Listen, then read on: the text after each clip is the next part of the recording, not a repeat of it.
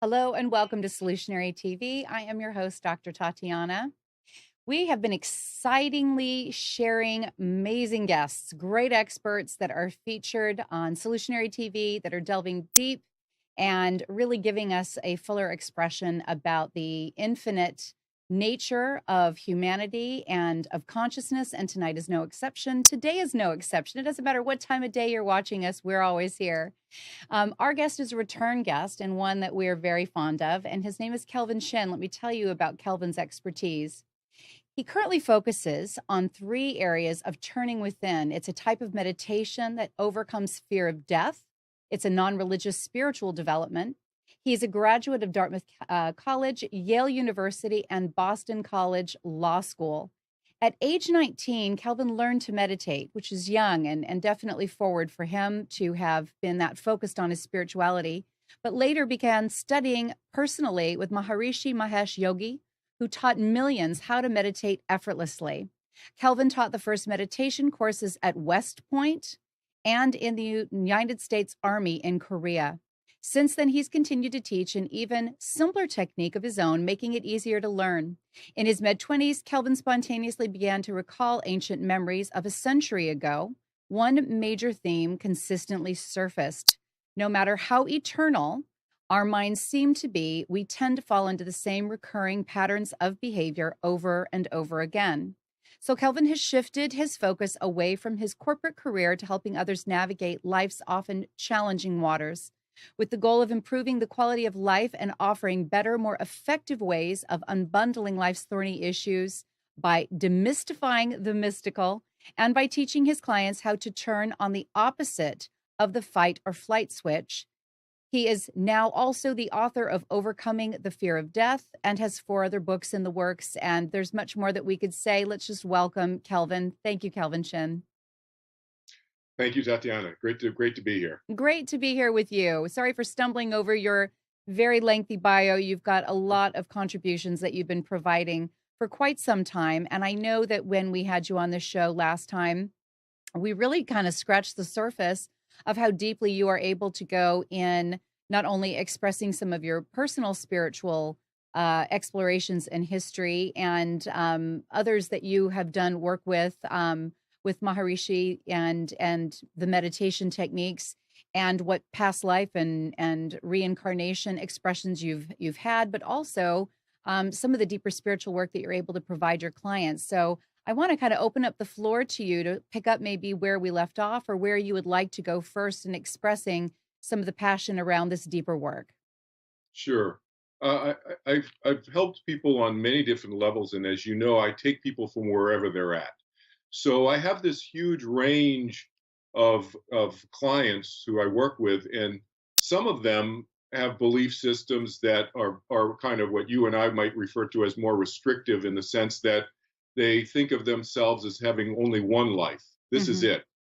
And they think that the brain and the mind are connected, and that there is no continuation of the mind, spirit, soul, consciousness, whatever you want to call it, after they die. Right. And then I have a whole other range of clients who have a belief system that includes the idea that there's an afterlife and that the soul will continue, and that there's maybe a heaven or a state of nirvana, or depending on what their belief system is, they believe different things, and they may call it different things. And then I have another body, you could say, another group of clients who believe in reincarnation, coming back to another lifetime, and so forth. So I think we could talk today a little bit more about those latter categories of folks, because from conversations that you and I've had separately, it sounds like a lot of your clients and a lot of your listeners, subscribers here are more in that latter category. So maybe we can talk a little bit more about that, if that makes sense for you. Yes. I mean, we were discussing getting into the eternality of souls and really what that means. If we have more than one human life, what kind of shape and form might that take? How divergent might those different lives look and appear in terms of our race, our sex, our our orientation towards self? And are we always human?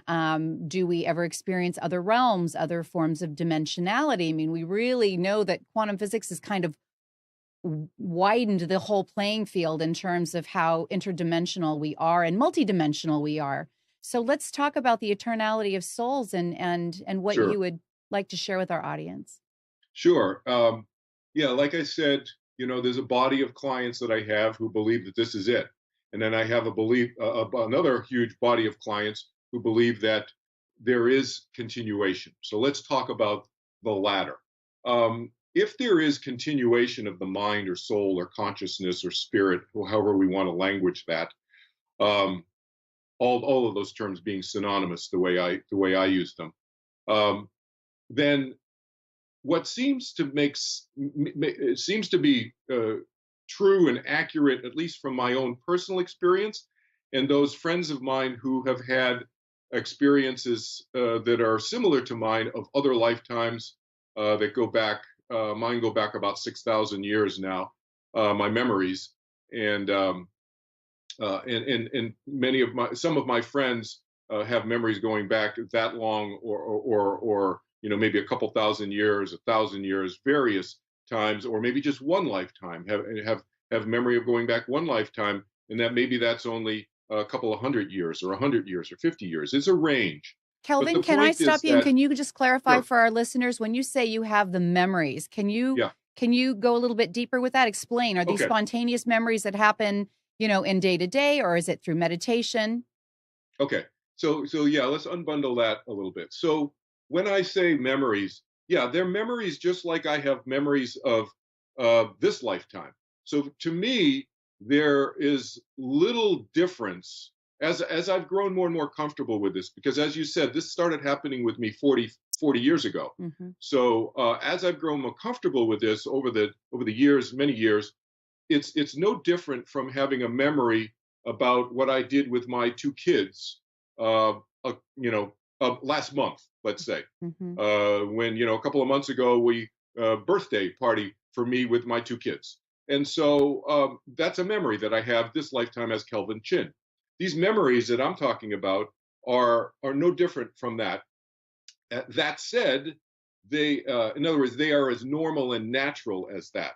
That said, they have come to me at various times that may sound a little bit out of the norm. So, for example, to answer your question, it's happened sometimes after I finish meditating while I'm lying down resting, which I always recommend that everybody, doesn't matter what kind of meditation technique you do, just as an aside, everybody should rest after they meditate.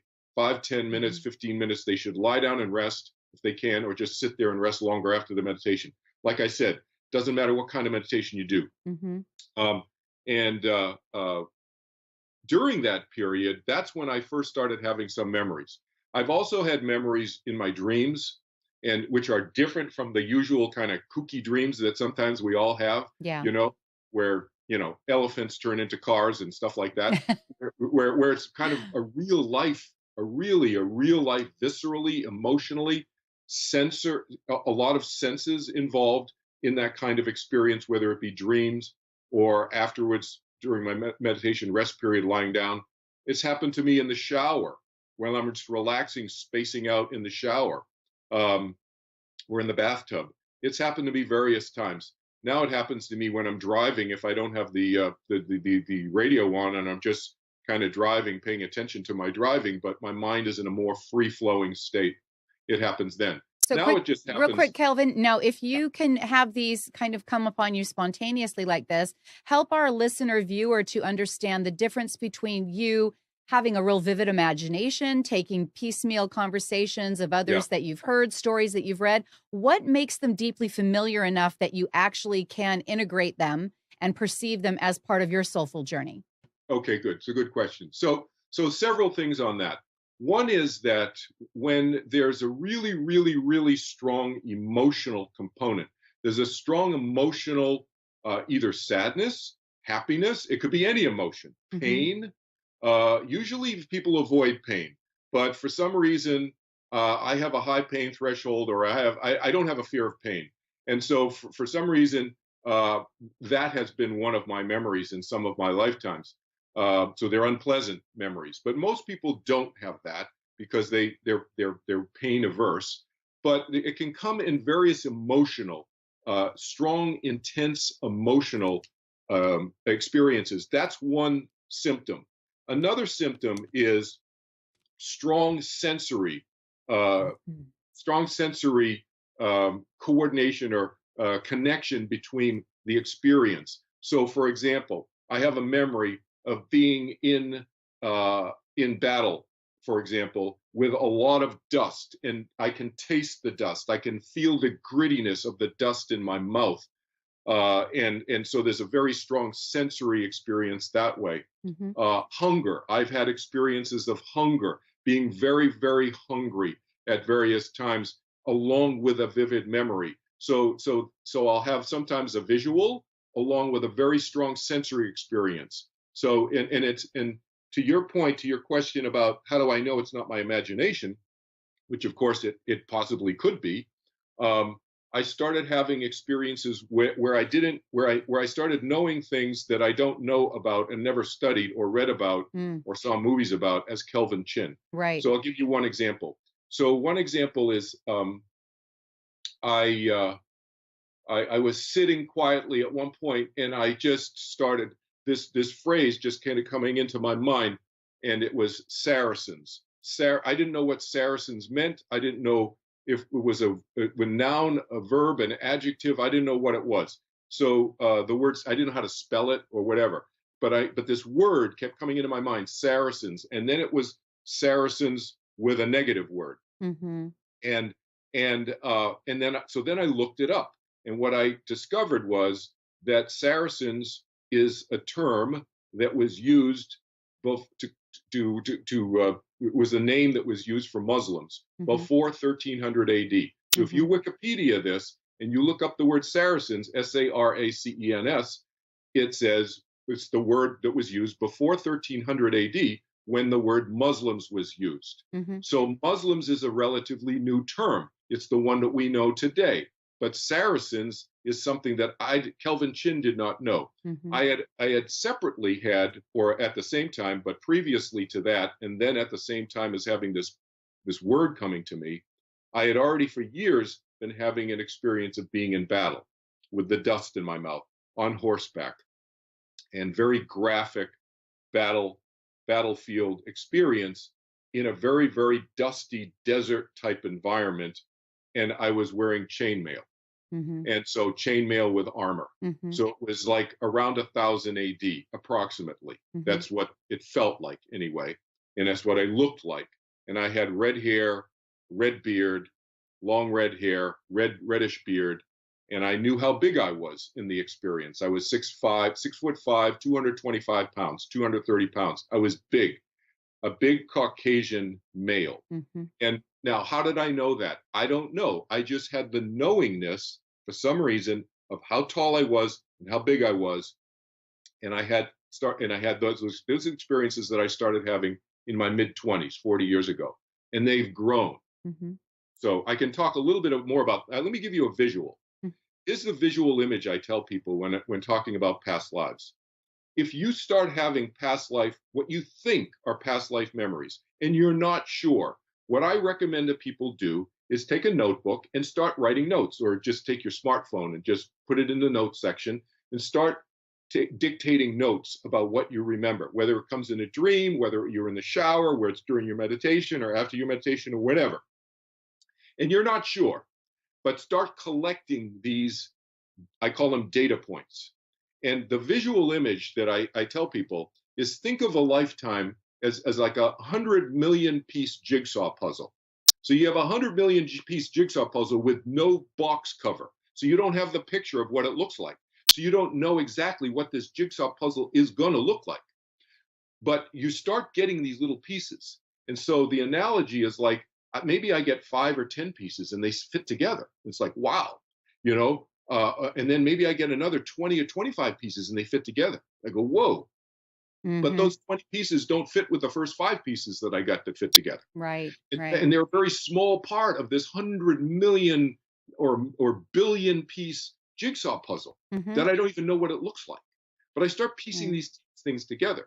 And so I've collected about 20 something of those Mm-hmm. jigsaw puzzles now. And I have maybe somewhere just analogously, I have some jigsaw puzzles that maybe only have 50 pieces in them. I have a couple of jigsaw puzzles, 2 or 3, that may have 3 or 500,000 or 100,000 jigsaw puzzle pieces.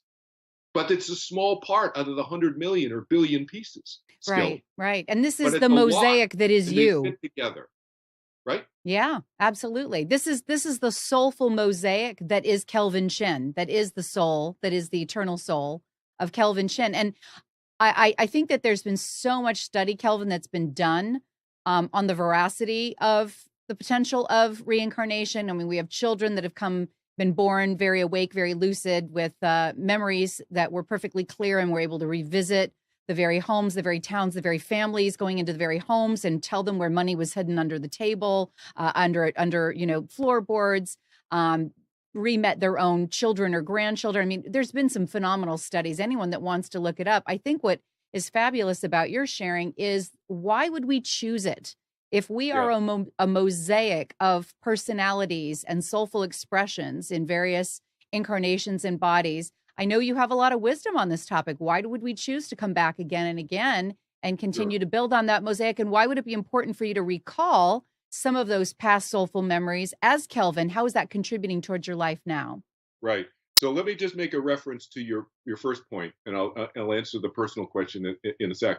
So there are tens of thousands of documented cases, and at least about 2,500 to 3,000 of them are documented at the University of Virginia Medical School. So people can go online and they can Google University of Virginia Medical School children's past lives, and they've done studies there, and I talk about it in my book, Overcoming the Fear of Death.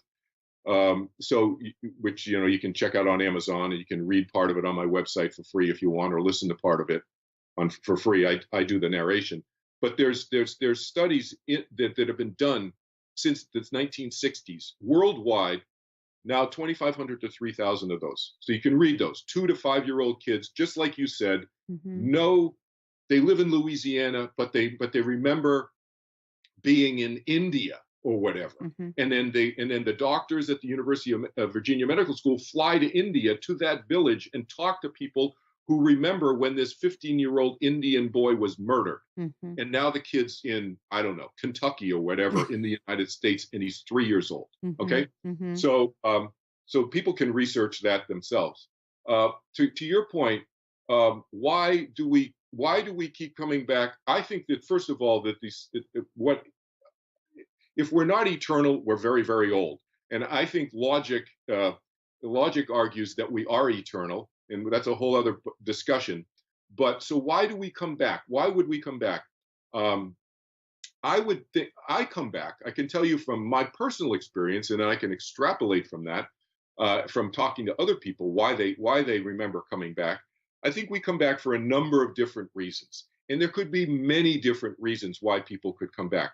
They could come back because they have relationships that they want to revisit. They may have relationships, personal relationships is what I'm talking about.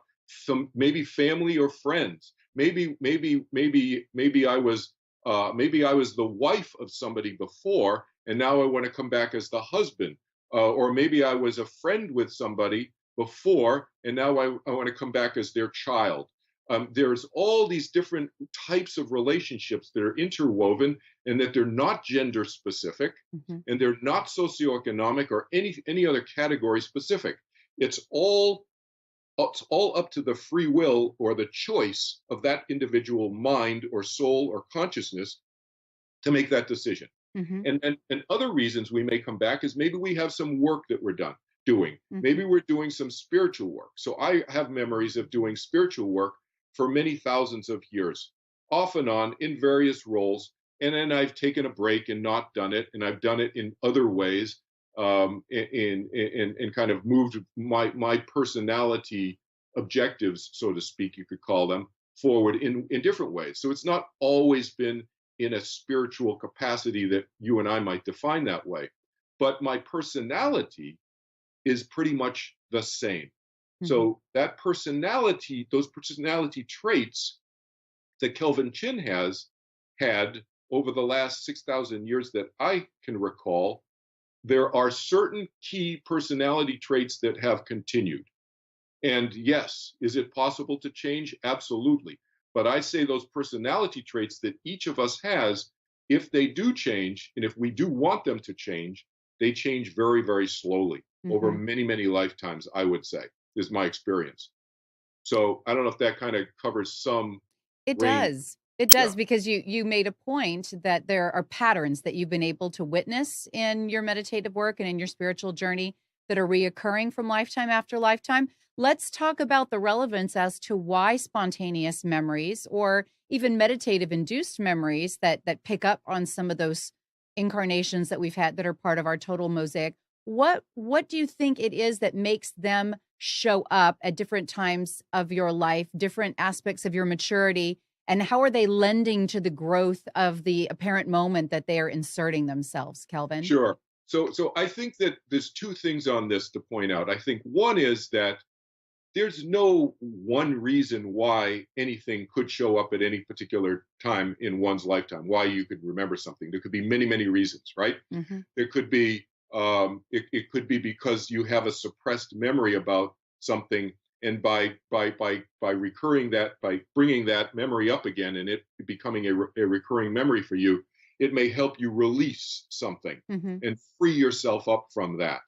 And other times it may be a reminder of a relationship that you have with somebody that may give you some insight that might help you with that relationship that you have with them now in this lifetime. Mm-hmm. And so it may be a memory that, oh, wow, I have had issues with that person in this way or that way in the past.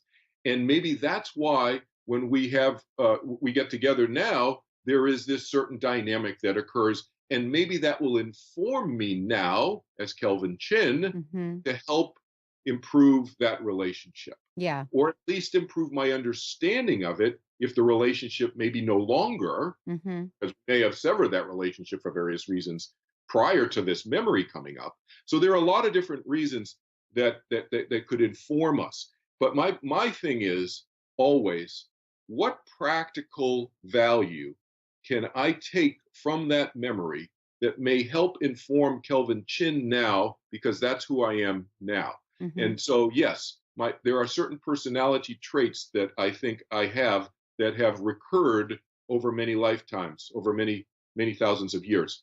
That said, I'm living now.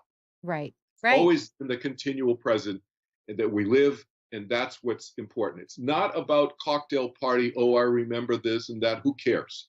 I said, it's about how does that inform me about knowing myself better now? Because Mm-hmm. that's what's going to help me going forward Mm-hmm. in my lifetime, or lifetimes plural.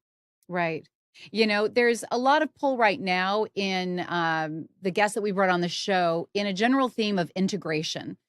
How we don't recognize in all of humanity's diversity and our inability to get along with one another and our struggles in separateness, that we get a lot more clear that both science and esoteric philosophy and wisdom has been saying the same thing now more than ever, that we are an integrated species, that humanity is one, that from a perspective that is very hierarchical and spiritual, we're actually one sentient being. But let's talk about why we come into these bodies and what kind of agreements we make to help us as we further differentiate ourselves from our parents and from our family members and from the rest of society. What is it that these agreements that we make, as you and I have discussed prior and is really relevant to the show, coming into these bodies with other souls that we've, again, maybe soul contracted with and said, hey, I'm going to play this role, you play this role.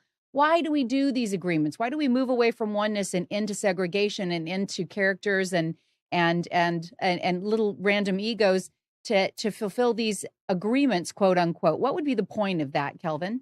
Well, my thing is that why wouldn't we do that? I take a reverse view of that, because that's how we can actualize. That's how we can execute. That's where we live. We live in the playing field of life, right? And so life is about individuation. It's about individuality. It's about making choices.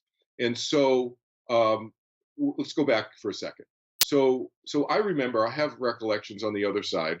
So I don't just have past life memories. I have recollections on the other side. I have communications, as you and I have discussed separately offline. I have regular communications with people I know on the other side, people I don't know, people who've been in physical form on this side, and people who have, or minds, not people, minds, souls, consciousnesses who have been not in physical form on this side as we know it. So I have this ongoing connection, you could say, these conversations that are normal and natural that have been going on for many, many, many decades. That said, even with those friends on the other side, I have conversations and I give them my input. They take that input, and sometimes they adopt that input that I give them, and sometimes they don't. So my thing is, we have free will all the time. We are individual minds, and we need to share our input on both sides of the veil, so to speak. But we can come back to this. To your point, in terms of the friends we may have, who we may choose and may say choose to say, hey, Tatiana, let's get together on the other side and let's do some work together. Mm-hmm. So maybe you and I had that conversation. Let's just assume that for the case, just for sake of conversation, to use as an example for folks. But then what happens is, and maybe we say on the other side, Tatiana, let's get together in junior high school and start hanging out and spend some time together and get and then start doing some stuff together. And let's do some spiritual stuff together when we're real young. Yeah. Okay? So, but then what happens? What happens is your parents and my parents make other decisions.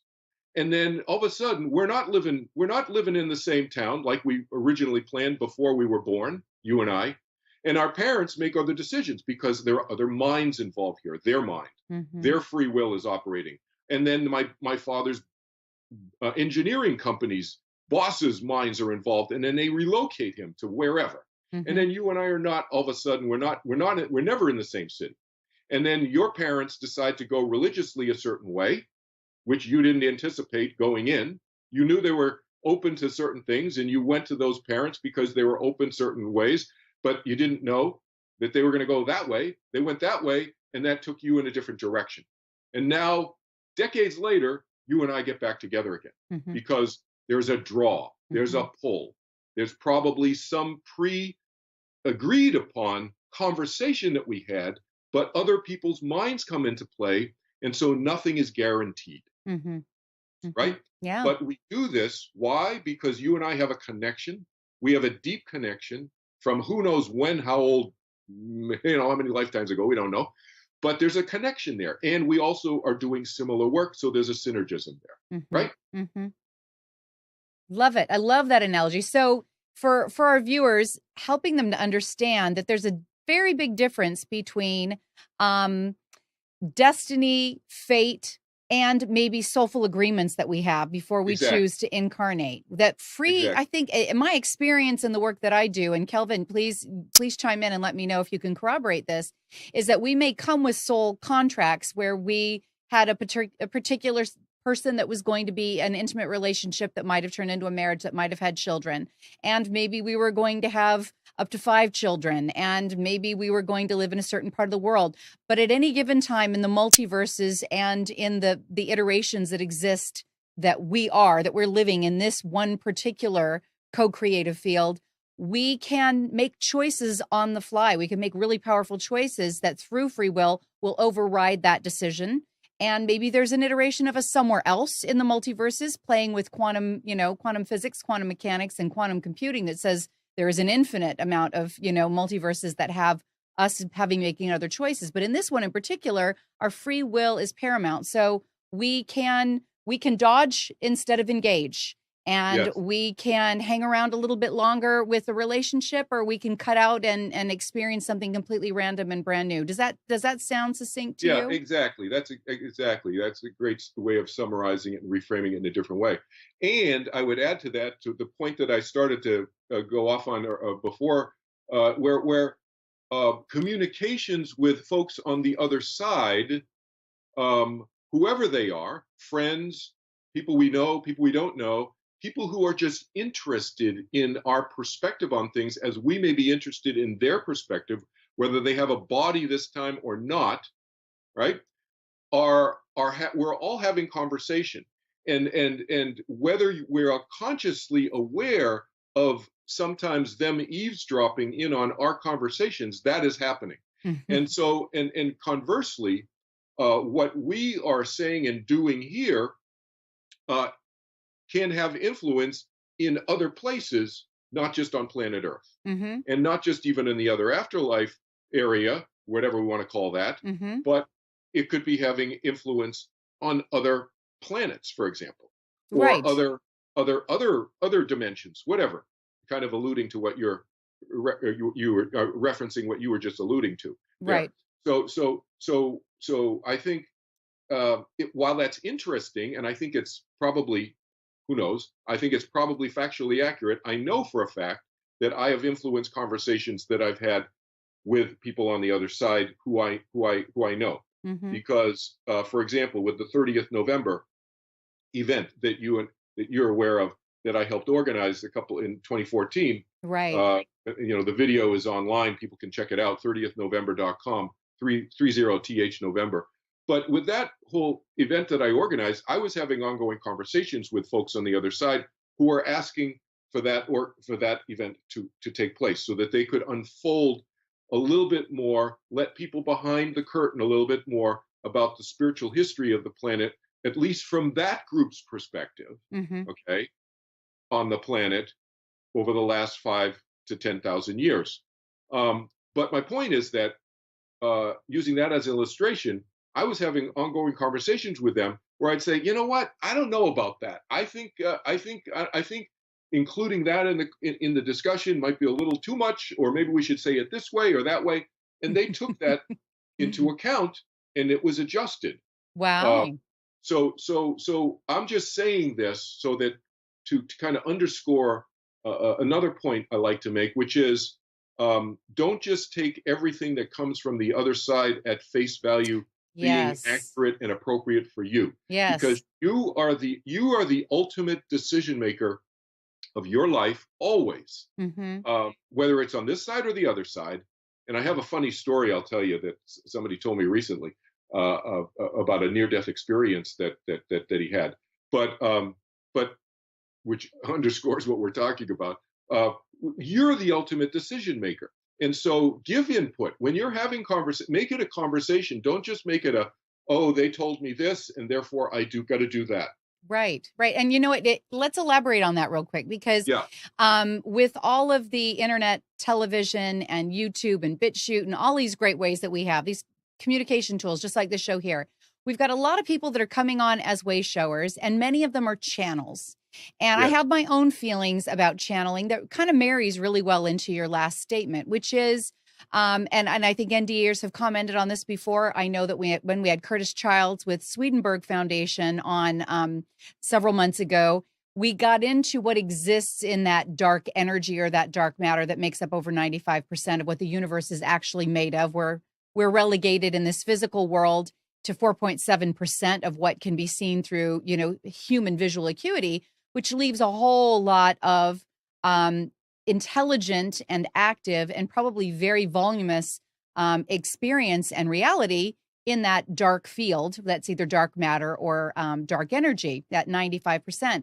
And what the comment was, and I want you to feed into this and give us your feeling, we would no more take the advice of a random stranger walking down the street than we would to simply trust that, because it isn't something we can see and because we can't corroborate and chase it down and see what kind of living environment it's in and from what point of origin it comes from and where its intelligence is, and get references for it. Simply because we don't see it, it makes it angelic. It makes it worth listening to and following, its free will upon us or its suggestions to us.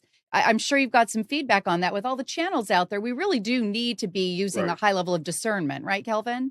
Absolutely, and including the channels themselves, I would say if there's anybody who's listening who is a channel themselves, I've been through that. So that started spontaneously happening to me. It's like over 30 years ago now. And so I angels, Archangel Michael, Gabriel, Uriel, Raphael, all of them, and then a whole bunch of other angelic, we'll just say angelic types were coming to me. And I was getting information and so forth, and to the point where I was transcribing it, I was taping it. This was in the 80s, 1980s. And I remember I went to a bookstore. It doesn't exist anymore in Los Angeles. Those you probably have heard of the Bodhi Tree bookstore. Oh, yes, very which is like, well. you know, a famous bookstore, which is now, unfortunately, it's no longer. But I walked into the Bodhi Tree bookstore looking for a specific book that somebody had suggested that I get. I went in, and it was, Bodhi Tree bookstore, for those people who don't know, was just basically a house with a bunch of rooms that became a bookstore. And so I walked into the back room where, a bunch of books, and I randomly pulled a book off the bookshelf, and I randomly opened it up to page, I don't know what, 30 something.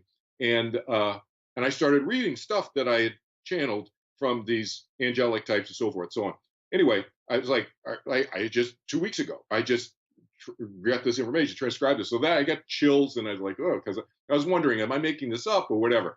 Anyway, so I started relaxing and opening up to that. But my point is that I started thinking about this from a different perspective. I didn't just take what they told me at face value. I took it and I thought about it. And then I thought, okay, is this really coming from them and so forth? And even if it is it valuable to me right now? Right. And what I decided at that time is it wasn't immediately relevant for me in my life as Kelvin Chin right then. Mm-hmm. I went through this this went on for 2 or 3 years. So it wasn't like an overnight decision. But since then, I've had many other conversations with many other types. So not just angelic types, others and so forth on the other side. And the bottom line is, I tell people to think about it this way. If your grandmother died and she's been trying to fix you up with certain people to marry before she died, after she dies and she starts coming to you in the form of some name that she's made up that's not grandmother, and she's trying to give you advice about who should marry, why should you listen to her now that she doesn't have a body, and when you weren't listening to her when she did have a body? That's a really great point. Right? It could be the same mind. How do you know? So it's like, so think of the grandmother story. That's what I tell people. And it's like, it's like, you always have to make your own decision. It doesn't matter, because it's your life. Right. That's bottom line all the time. Now, you had a point you wanted to make that corroborated with an NDE that's been reported. Do you want to touch on that one now? Yeah, thank you. So what happened with this person died, had a near-death experience. People will probably know that acronym NDE, near-death experience. Absolutely. So the person died.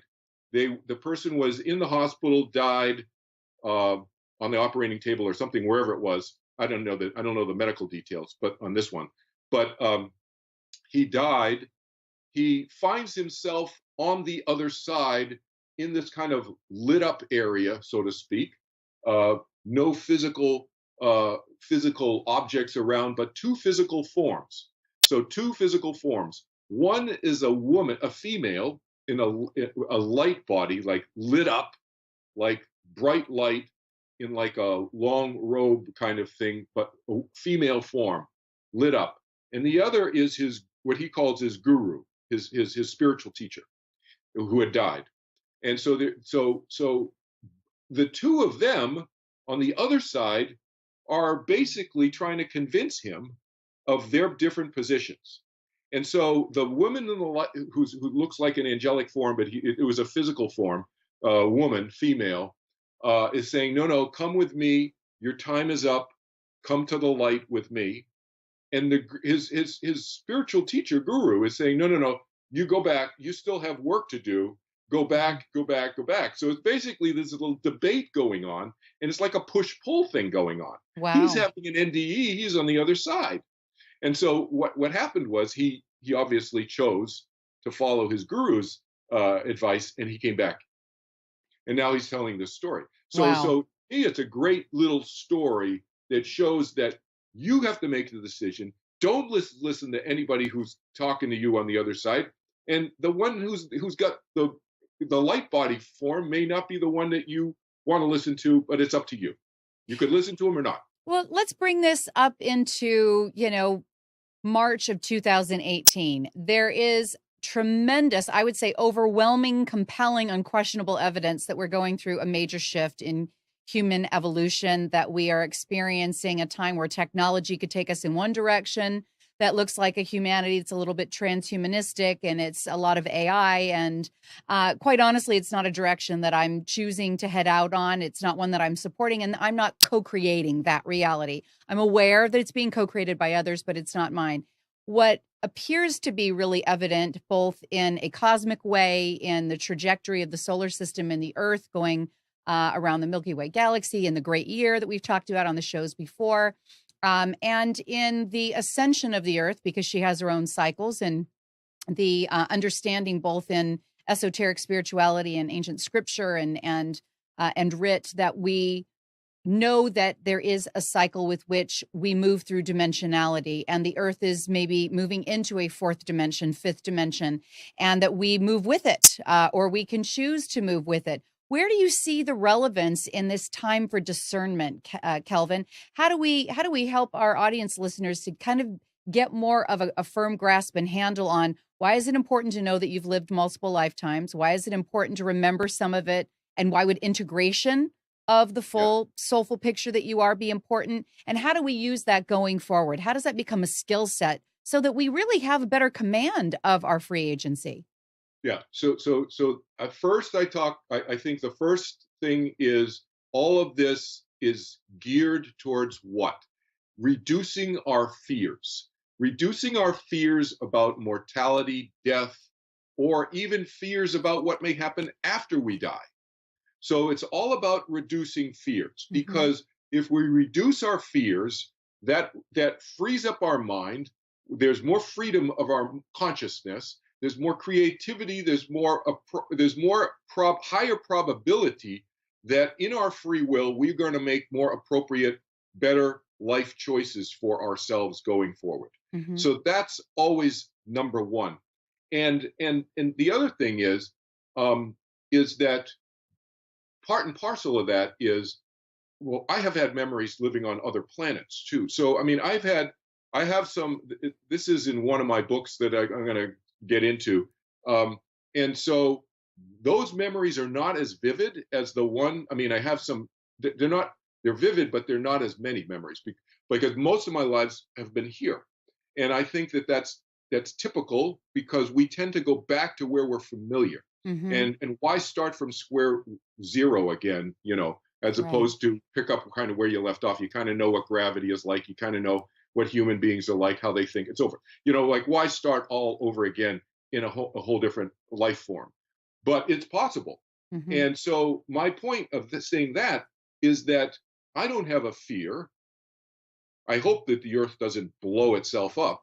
But if it did, I don't have a fear about that either. I'm just going to an extreme, because I know there are people who are worried about that. And because my mind, as far as my experience and many of my friends who've had similar experiences are concerned, seems to be eternal. It logically is eternal. It's very, very old anyway, been around a long time. And so there's nothing that indicates to me that I won't continue. And therefore, and that I have free will, that I've made choices. I was an eagle. I've been an animal. To your earlier question about being an animal, yes, I have memories being an animal, and I've been on other planets and so forth, but mostly been here. And yet the personality has pretty much been the same throughout. Little minor tweakings here and there, as over long periods of time. But I don't have a fear of that. That said, of annihilation of the Earth. That said, I'm doing whatever I can to help promote life on this planet in as healthy a way as I can, because why do I do that? I do that because emotionally it makes me happy. It feeds me. It may not feed other people as much as it does me, and so they will make other choices. So people should not feel guilty about not doing what you and I may choose to do in the spiritual way, because they're wired differently. Then they should do something else. People should follow their passions and do what they feel comfortable doing, or what they need to do to feed their family. Maybe they do something that's not fully their passion, but their passion at that point of their family supersedes their passion for doing a certain type of work that's not going to support the passion of feeding and supporting and raising a family. So people have different passions, they change. I'm a big supporter of people on an emotional level, at least, following what feeds them at that time, and then making choices and changing as they go through life. But it needs to be fear-free. That's my bottom line. You know? Well, and when you turn within, and let's talk about that, what does that enable? What does that empower in us to be able to make relevance and purpose out of our lives? Because like you said, not everyone needs to, hack the next, adventure code. Not everybody needs to be a master maestro. Not everybody needs to be, internationally famous. And some just really want to cultivate the love, the warmth, the relationships, the stability, and the divine as them, in them as them, is enjoying that experience too. But I do think that universally applying this this methodology that we're talking about, this philosophy around knowing oneself, that meditation or turning within is going to always bring a roundedness and always bring a sense of returning to oneself in a really important dynamic. Let's talk about the turning within that you work with your clients on, Kelvin. Right. So that's great. So there's, I would say, what more personal, what more intimate thing can you do, can you choose to do for yourself other than turning within in an effortless way? Turning within, and therefore, as you said, knowing oneself a little bit more. And I would argue that if our mind, our consciousness, our spirit, our soul is eternal, then we never ever, there's not an end point. That's what eternal means. Then we never ever know ourselves fully, but we increase, we improve our knowledge about ourselves a little bit. And so what does that do? I'm a pragmatist, so I look at things from a practical standpoint. So what does that do? That improves our ability to do things that are going to be helpful and practical and useful, and therefore for ourselves, and therefore make ourselves more happy, because that's what it's all about. And so that, to me, that is, if we drill down and say, what's my life purpose? That is my life purpose. That my life purpose is to be happy. Now, how I articulate that, what do I choose? As you know, my career, I've taught meditation full time. Now I'm teaching it full time again and doing the spiritual work again. But in between, I sold life insurance. I was in a law firm as working as a law firm for a while, and then I was in law firms, running law firms, and did business development in business. I was a CEO of a startup. I did a lot of different things along the way. But yet all the time, every single time I was doing any of those externally different manifestations of myself, it was feeding myself by knowing a little bit more about myself through those different filters that I chose, jobs, careers, for example. And so that's what I encourage people to do, is to look at their life more through this filtration mode. But ultimately, it's about knowing ourselves, and all of those choices we make throughout our life can inform us about ourselves in a slightly different way. That's what makes life rich, and that's what makes us more intimate, as I said at the outset, with ourselves. It develops a closeness, a love, and an intimacy for oneself as we know ourselves so much better. And as you said, how do we do that? Turning within, I think, is critical. By closing our eyes regularly and meditating, I do it twice a day. My clients do it twice a day, 10 to 15 minutes, and it's an effortless process. Mm-hmm. But I recommend any effortless process. Now, whether you do, they learn from me, or they take my classes, or whether they take somebody else's classes. It doesn't matter to me in terms of my spiritual teacher work. I'm about moving the whole thing forward in a positive direction as much as possible. But I'm a big proponent of as easy and effortless as possible, not concentration, not focusing the mind, not manipulating the mind, and not clearing the mind, because those are not effective turning within techniques. So any other technique that somebody may choose that's easy and effortless, that's great. And that will help move them forward in this way that we're talking about.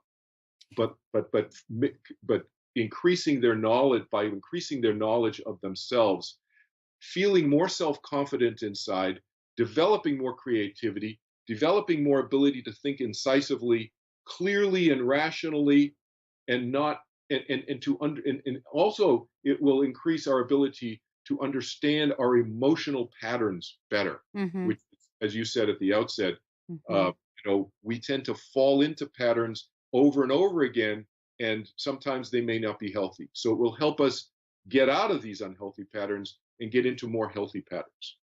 Wonderful. So what I'm hearing you say is every life is relevant, and all choices are relevant. I mean, it's clearly a free will universe. You can, with only the hindrance of law or natural repercussions, we can pretty much try or attempt to make the choices to do, to become, to experience anything, even the really hyper destructive choices. We know this. We've been students of history, both unintentionally as well as intentionally. So knowing that all choices are relevant, knowing that free will reigns supreme, knowing that living a life that is one that is highly reflective from turning within can be so empowering, because you really feel like you're having a full and a rich and a deep tapestry of a life. And it's also one that you feel empowered in rather than feel victimized in. Stepping outside of the cycles of self-sabotage. Carolyn Mason, Medical Intuition, talks about, the 4 archetypes that regardless of where you are on the planet, any one of us can feel or embody or start to imprint on, which is to be the child, the victim, the saboteur, the prostitute. We're all capable of being children or being childlike in our lives and our irresponsible attitudes towards things. We're all capable of feeling like a victim because we've all been misunderstood. And we know that we can all sabotage even the best things that we're moving towards because it's outside our comfort zone. And at one point or another, all of us can be bought. Sometimes people don't mind, having their morality compromised over something small that's financial. But for others, we can be bought if you've got a gun to our head or someone that we care about. So we look at these archetypes and we realize that they exist in humanity for a reason.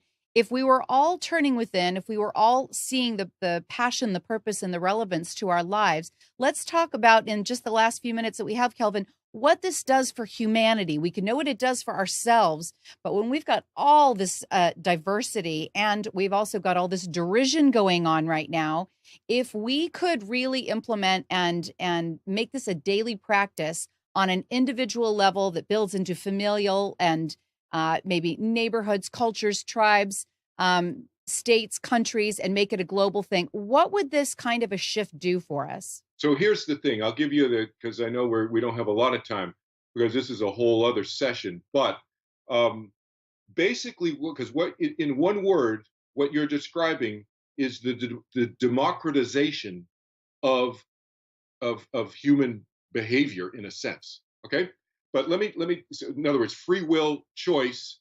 But what would happen if everybody really did recognize that they have free will and complete 100% choice? Let me back up for 1 second. When we're talking about free will, we're talking about choice, but from a spiritual standpoint, I want to insert this point that somebody does something that's hurtful for somebody, there is a consequence, but there's no spiritual judgment that occurs about the person's quote unquote bad behavior. So there's 2 different things that are going on there. And I don't know if we want to get into that now, but I just want to put that out there so that if people understand what I'm talking about, it relieves them of feeling guilty. We've got a But whole show we're going to do on that one in the future, Kelvin. I think that is worth exploring later for sure. Yeah. Okay. But to your question, I think what would happen would be a lot more freedom of people thinking and in their behavior and their actions if we followed the course that you proposed. Initially, it might be a little bit chaotic, to be honest, because most people aren't used to that. Yeah. But this is going to be an incremental thing anyway, so it wouldn't be. But I'm just saying, if it was overnight, then it would be quite chaotic because people aren't used to that. And so, but incrementally, there would be less cruelty, because why are people cruel? Why do they do bad behavior like that? They do it because their sense of self-esteem or self-confidence is low, and they have a low sense of self, and so they try to make other people around them lower than they are so that they feel better. So I call it the importance of being important. There's an overriding importance of them being important, so they take everybody else and they lower their importance. They make them feel worse, and that's why bullying happens, basically, in a nutshell. Yes. So if we followed your proposal, there would be less and less bullying, because people would start to have more of an aha experience to realize that their bullying was actually not helpful for them, because they're surrounding themselves with weaker and weaker people. And their need for bullying would dissipate, because they would start feeling better and better about themselves. So it sounds like a really wonderful recipe to solve all the great ills that humanity is experiencing. If we could be less disassociative about ourselves, how we play a role in importance, first of all, in our own sphere of reference, within our own perception of self, more integrative, less casting our shadows left and right, and disassociating even from our own negative thoughts, our own habituated patterns of behavior, some of the symptomology that we experience in our lives that is cyclical because we're unwilling to look at it. If we became more integrated, turning within, experiencing these meditative techniques, recognizing that our free will is here, but that we can be making choices that are much more powerful, much more joyful, and quite honestly worth leaving a legacy behind, it really almost solves from a microcosm outward. It rolls out like a beautiful healing of the macrocosm, doesn't it, Kelvin?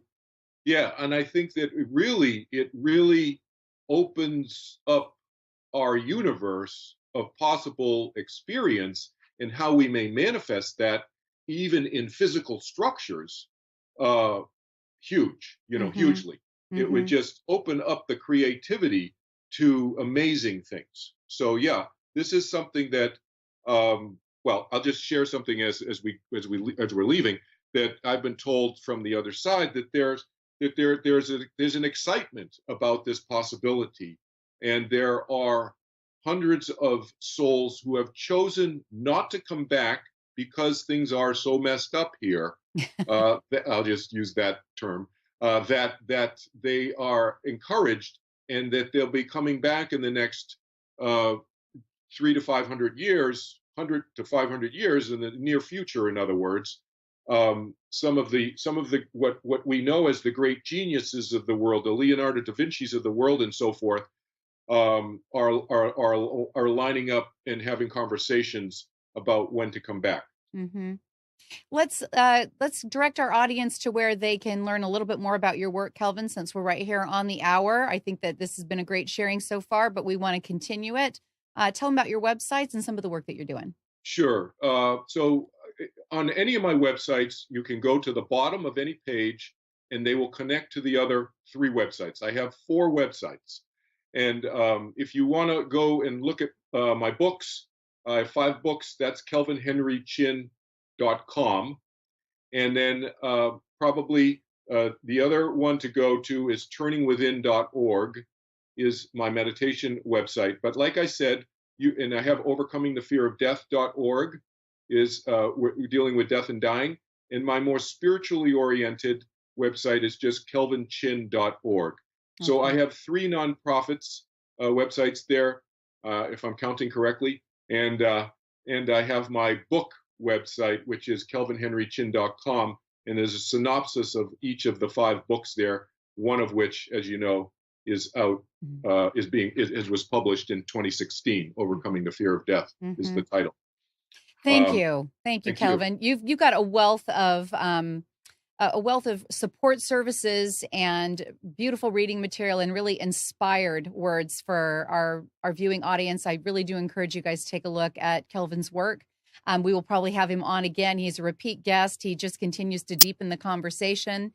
Having just left Kelvin, Rhythmia, and speaking to Gerald Powell, who actually experienced being in the hundreds of millions, a multimillionaire, and realizing that with all that acquisition, with all of the fame, with all of the celebrity lifestyle, with access to anything that he wanted, he was miserable because there really is a quality of self-love that comes from turning within that none of us can avoid. There is no amount of external acquisition that is going to bring us joy and a sustainable sense of contentment.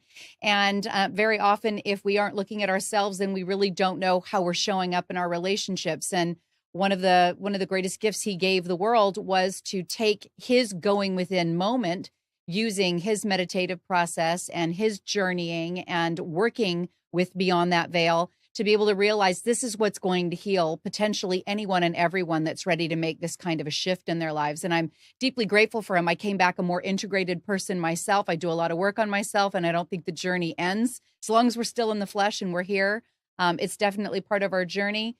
So returning to wholeness is the key. I want to thank Kelvin for joining us tonight, and I want to tell our guests there is a changing of the tides. We are not what materialistic science has told us that we are. We are so much more. We're so much more. And there is so much that we are yet to experience. It's time to get ready for the big show. Human evolution is upon us, and I'm excited about it. Take a look at Solutionary TV and see how else we can serve you with some of the amazing guests that have been on the show, some of the books that have been made available from past guests as well as myself. And remember that together, we are the solution.